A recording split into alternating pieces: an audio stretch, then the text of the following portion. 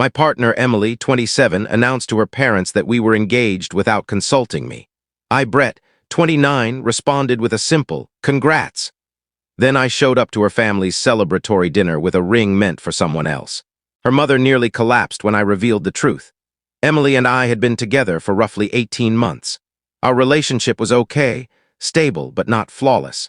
We had our share of problems, mostly her need to micromanage every detail of our lives and her fixation on hitting relationship milestones according to her rigid schedule. 2 weeks ago over coffee, she dropped a bombshell. "I told my parents we're engaged," she said casually, stirring her cappuccino like she was commenting on the forecast. I nearly choked on my coffee. "You did what?" They kept asking when you'd pop the question, and it was getting awkward. "We've been together long enough," she replied. "I said you proposed last weekend." "Emily, we've never even talked about marriage." She brushed it off with a wave. "We're practically there already. You just need to get on board. Besides, they're throwing a huge family dinner next Saturday to celebrate. Everyone's coming, uncles, aunts, even cousins from out of town." I stared, stunned by her boldness. "You fabricated an engagement without asking me." "It's not fabricated," she said. "It's just proactive. You'll propose soon anyway. This just moves things along." "And if I don't?" She laughed, a sharp, dismissive chuckle. "Come on, Brett, you're pushing 30. Where else are you headed? Time to grow up." I took a deep breath, counted to 5, and said, "Congrats on your engagement." She grinned, assuming I was on board. "See, I knew you'd get it." I didn't correct her. That night, I went home and reflected deeply. Emily had always been controlling, but this was a new level of audacity, inventing an engagement, planning my future without my input, expecting me to just comply. Then I thought about Sarah. Sarah, 26, was a coworker who'd become a close friend over the past year. She was witty, thoughtful, and actually listened when I spoke. We'd grabbed drinks a few times after tough work days, nothing inappropriate as I was with Emily. But there was an undeniable spark we both ignored. I made a choice. Maybe not my proudest moment, but Emily wanted to play games. Game on, update 1. The past few days have been wild. Emily went full-on wedding planner mode despite no actual engagement. She created a Pinterest board titled Our Perfect Wedding and shared it with me, 412 pins in 3 days. She even started wearing a fake engagement ring she bought herself, claiming I was having it resized. Her mom, Linda, called me directly. "Brett, I'm thrilled. Emily said you proposed so romantically at the Rose Garden." "Did she now?" I replied. "Yes, though she mentioned you were too excited to take pictures. You must recreate it for the family album." The whole family's buzzing for Saturday's dinner. Even Emily's grandma is flying in from Nevada." "Great. A full house," I said, already plotting. Meanwhile, I had lunch with Sarah on Tuesday and spilled everything. "She did what?" Sarah nearly dropped her burger. "She just declared you're engaged?" "Yup. She's even picked out our future kids' names." Showed me a list. "Brett, that's unhinged, like genuinely alarming." "I know." We sat quietly for a moment. "Want to hear something wild?" I asked. "Wilder than your fake engagement." I was already planning to end things with her before this. This just confirmed it. Sarah studied me. "Really?" "Yeah, she doesn't see me. She sees some version of me that fits her script. Husband by 30, dad by 32, her whole life mapped out with me as a sidekick." "You deserve more than that," Sarah said softly. "I know, I finally get that." There was a pause. Then Sarah said something that shifted everything. "My ex pulled something similar, not this extreme, but he told his family we were getting a place together without asking me. Even put down a deposit." "What did you do?" "Showed up to his family picnic with a moving van to help my real roommate settle in. His mom was baffled when I introduced my new female roommate." We both laughed. Then an idea hit me, a reckless, brilliant, probably doomed idea. "Sarah, want to come to a family dinner on Saturday? As your friend?" "As my girlfriend." She raised an eyebrow. "You want me to pose as your girlfriend at your fake fiancé's family dinner?" "No, I want to ask you out for real. And if you say yes, I want you to come to the dinner where I'll end things with Emily and tell her family the truth." "That's unhinged." "Petty, vicious." "I was going to say daring," she said with a grin. "Also, yes to all 3, but Emily started this. I've been waiting for you to be single for 9 months, Brett, yes." Update 2. Saturday rolled in like a storm brewing in slow motion. Emily sent me 34 texts with instructions for the dinner. What to wear, she'd picked a gray blazer for me. What to say, she'd drafted a speech, even my supposed ring-size preferences. I wore a navy jacket instead. A tiny act of defiance, but it felt right. At 4 p.m., I picked up Sarah. She looked stunning, polished, but not overdone. She'd brought something curious, a small velvet box. What's that? You'll see, it was my grandma's. Think of it as a prop for maximum chaos. We pulled up to Emily's parents' house. Cars lined the driveway, balloons floated inside. A "congrats" banner hung across the porch. Last chance to bail, I told Sarah. Are you kidding? This is the most thrilling Saturday I've had in ages. Emily greeted us at the door. Her expression went from thrilled to confused to livid in seconds. Who's this? This is Sarah. Your coworker, she spat like the word was poison. My girlfriend? The silence was suffocating. Then Emily laughed, that same condescending laugh from the coffee shop. Hilarious, Brett. Stop messing around and come in. Everyone's waiting. She turned to Sarah. I don't know what he told you, but this is a family event. I know, Sarah said brightly. Brett invited me to meet everyone. Emily grabbed my arm, her nails biting into my skin. Kitchen. Now, we left Sarah in the entryway and stepped into the kitchen, where Emily unleashed. What are you doing? Ending this. What? You can't end this. We're engaged. My whole family's here. We're not engaged, Emily. You made that up. You lied to your family without my consent. It wasn't a lie. It was just speeding up the process. It was a lie, and I'm done. I started to walk away, but she grabbed me again. I'll tell everyone you're having a breakdown, that you're unhinged. They'll believe me. Fine, say what you want after I'm gone. I walked into the living room where about 20 people were gathered. Linda rushed over. Brett, there you are. And who's your friend? The room hushed. Emily appeared behind me, her face flushed but forcing a smile. Everyone, I said loudly, I need to set the record straight. Emily and I are not engaged. Gasps and murmurs rippled through the room. Linda's smile faltered. I never proposed. Emily told you all I did without ever discussing it with me. That's not, Emily began. This is Sarah, I continued, taking her hand. My girlfriend. My real girlfriend, who I asked out after deciding to end things with Emily. The room erupted. Emily's dad stood, fuming. Her grandma spilled her drink. Linda looked like she might pass out. Then Sarah stole the show. She stepped forward, opened the velvet box, and pulled out a vintage ring.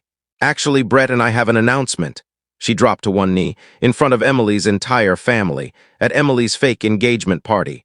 Brett Morrison, will you marry me? The silence was absolute. My pulse pounded. This wasn't part of the plan. Sarah had gone rogue. I glanced at Emily, whose jaw was practically on the floor. Yes, I said. The chaos that followed was legendary. Update 3, the fallout was intense. To clarify, Sarah and I aren't actually engaged. Her proposal was pure performance art, using her grandma's ring for dramatic effect. We are dating now, though. Turns out, fake proposing at your ex's fake engagement party makes for one epic first date story. Back to Saturday. After Sarah's stunt, Linda legitimately fainted, collapsing into her husband's arms. Emily let out a guttural scream, not words, just raw fury. Her dad started shouting about disrespect and cruel pranks. Emily's cousin recorded everything. The video's at 2.5 million views on TikTok. We left immediately. Emily's grandma grabbed my arm on the way out and whispered, Well done, kid. Emily's been making up stories about boyfriends since she was 16. The drive home was unreal. Sarah laughed so hard her mascara ran. I can't believe you did that, I said. I can't believe you said yes. What was I supposed to do? You went all in. We grabbed food at a late-night diner, still buzzing from the adrenaline.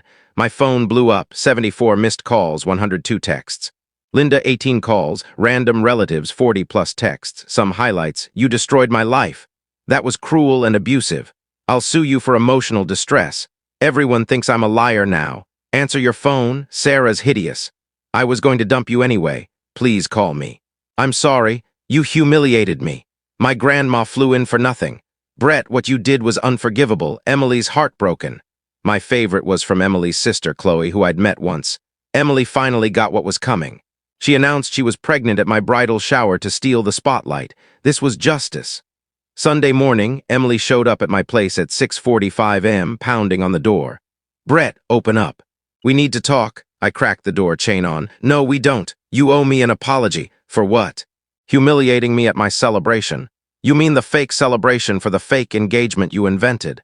It wasn't fake. We were going to get engaged. No, Emily, you decided that.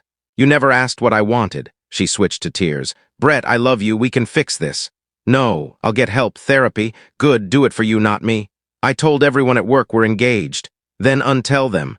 This is all Sarah's fault. No, Emily, this is on you. You lied, you manipulated, you tried to force me into an engagement. Sarah just helped me show your family the truth. She flipped back to anger. I'll ruin you. I'll tell everyone you're abusive. I'll call your job. Emily, you announced a fake engagement. You have no credibility. Also, your cousin's TikTok video shows exactly what happened. She lost it, screaming about lawsuits, defamation, emotional distress. I shut the door and called building security. They escorted her out. Then came Monday. Emily tried to file a restraining order against me for emotional abuse and harassment. The officer serving the papers chuckled when I showed him the texts and TikTok video. She faked an engagement and you broke up with her at the dinner? Pretty much. And she's filing against you? Yup, he shook his head. Counterfile, this is clearly retaliation. Emily also called my workplace, telling HR I was unstable and dangerous. Lucky for me, Sarah works in HR. She pulled the call recording where Emily repeatedly called herself my fiancé. HR checked my emergency contacts. Emily wasn't listed. My boss called me in more entertained than worried. Wild weekend, huh? You could say that. The woman who called was upset about your engagement to someone else. She was never my fiancé. She made it up. That's concerning. Hence why I'm dating Sarah from HR now. Smart choice. Legal says if she calls again, we're filing harassment charges. Final update. A week has passed since what Sarah and I now call the dinner. Emily's restraining order was dismissed. The judge said, "Ma'am, you fabricated an engagement and are now harassing your ex for ending the relationship. Case closed." She tried filing for defamation over the TikTok video posted by her own cousin who captured the truth. Her lawyer told her she had no case and billed her $600 for the consult. Linda called me one last time. "Brett, I owe you an apology. Chloe told us Emily's done this before. We enabled her. I'm sorry you got caught in it." "Thanks, Linda. I hope Emily gets help." She's in therapy now, court-ordered after she vandalized Sarah's car. Oh yeah, Emily tracked down Sarah's address and spray-painted "Man Stealer" on her Toyota Corolla in neon green. Caught on 3 security cameras. Sarah's pressing charges. Emily was arrested for vandalism, spent a night in jail before Linda bailated her out, and now faces criminal mischief charges plus $3,500 in damages for a new paint job. The kicker, Emily's employer saw the TikTok video after someone tagged them. Her company has a social media conduct clause, and faking an engagement plus the public meltdown violated it. She was fired. Last I heard, she moved back in with her parents, still posting on Instagram about overcoming toxic relationships and healing from betrayal. She started a blog, "When Love Goes Astray," painting herself as the victim.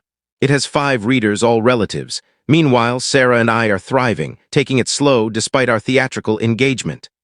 We laugh about it constantly. Her grandma wants the ring back. It's worth $12,000, and Sarah grabbed it for the drama, unaware of its value. My friends think I'm a hero. My mom thinks I'm reckless. Both are probably right. Could I have handled it differently? Sure. Could I have just quietly ended things with Emily? Definitely. But she fabricated an entire engagement, roped her family into it, and tried to lock me into a marriage I didn't want. She played a foolish game and got a foolish prize. The TikTok's at 6 million views now, with the Curb Your Enthusiasm theme edited in. Emily's scream when Sarah pulled out the ring is a meme. There's even merch. Sarah's considering making shirts. I proposed at my boyfriend's fake engagement party and all I got was this restraining order. Proceeds would go to a women's shelter because unlike Emily, we know what real abuse looks like. Do I regret it? Nope. Emily thought she could manipulate me into her idealized life plan. She learned some people don't follow scripts. Plus, I've got an amazing girlfriend now who knows relationships take 2 people's input, not one person's fantasy. We've agreed, though, no more surprise proposals, real or fake. Edit. Since you're asking, yes, Emily's cousin monetized the TikTok. She's donating Emily's share to a Truth in Relationships seminar. Emily threatened to sue her, too. The cousin just laughed. Edit 2, Sarah says, "Hey." She's reading this over my shoulder and cracking up at your comments. Her favorite. "This is the most epic reverse card I've ever seen." Edit 3, no, we're not engaged. We've been dating for exactly 1 week. Sarah jokes we're pre-engaged to mess with people. Peace out, Reddit. Thanks for reading this madness. Takeaway, if someone tries to script your life without your input, run, or bring a +1 with a ring, your call.